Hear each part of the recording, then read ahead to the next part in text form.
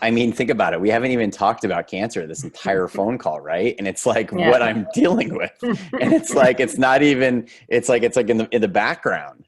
Yeah. And so I feel like I've, kind of put it in the background a bit, and I don't ignore it. I have things that I have to do, and doctors I have to see and all these things, but,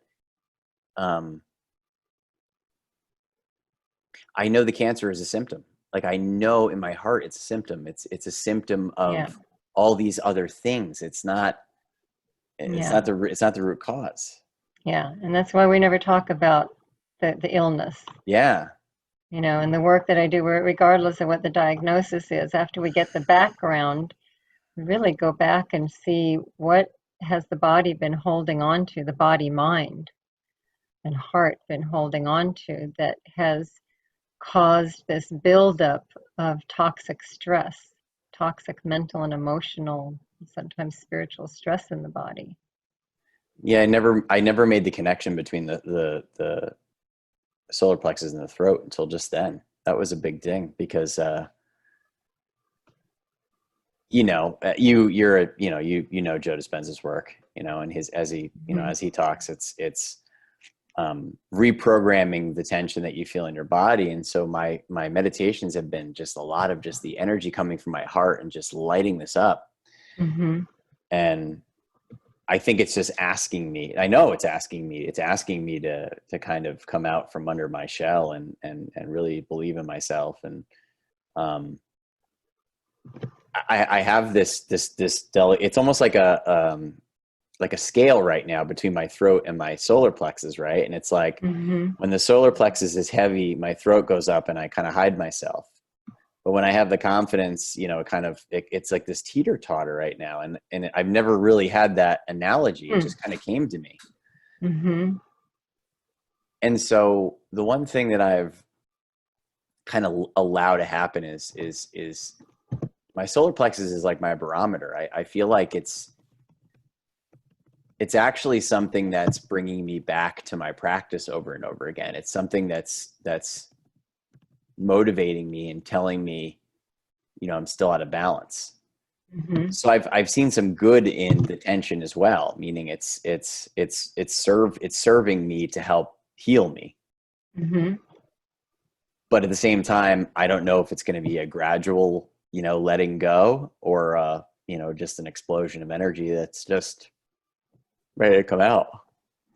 So what if you didn't have to define that?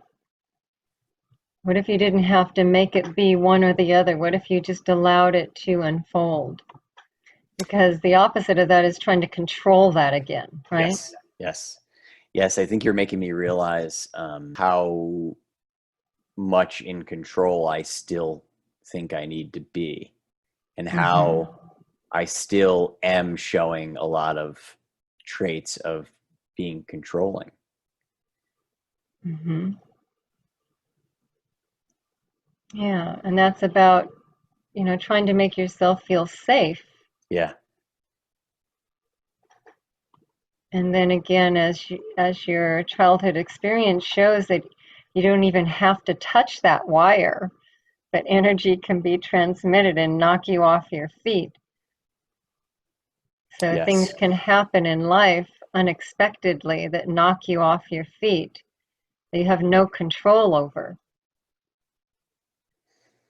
I've cried, dozens of hours over that, many, like I've been working on it a long time. I feel like I've cried so many tears about that experience, but I do feel that it's going to be the biggest blessing. It's going to be the thing that defines how I can shift, how I can take that and help people. I mean, I feel that in my heart. Like it's such a, you get frustrated because you feel like, I get frustrated. Ownership language. I get frustrated because I feel like it should be easily solvable, but then you have to like think about how long my body's been doing this for. So was that another judgment? Was that another self-judgment? Yeah. Yeah, I think it is. I think I am hard on myself that I can't just solve this. Yep, and that's a big yes for my solar plexus again. Like it's just like the whole time thing, the whole linear time thing is again, it's a trying to predict the future, right? It's like I've been dealing with this for almost 3 years now, and before that I was misdiagnosed for a long time, and I yeah, I'm probably beating myself up for just not getting through this and moving on with my life. But of course, it keeps on bringing me back because this is clearly the most important thing for me to work on to actually go on with my life. Yeah, there's a lot of really good experiential information in this session. Yeah.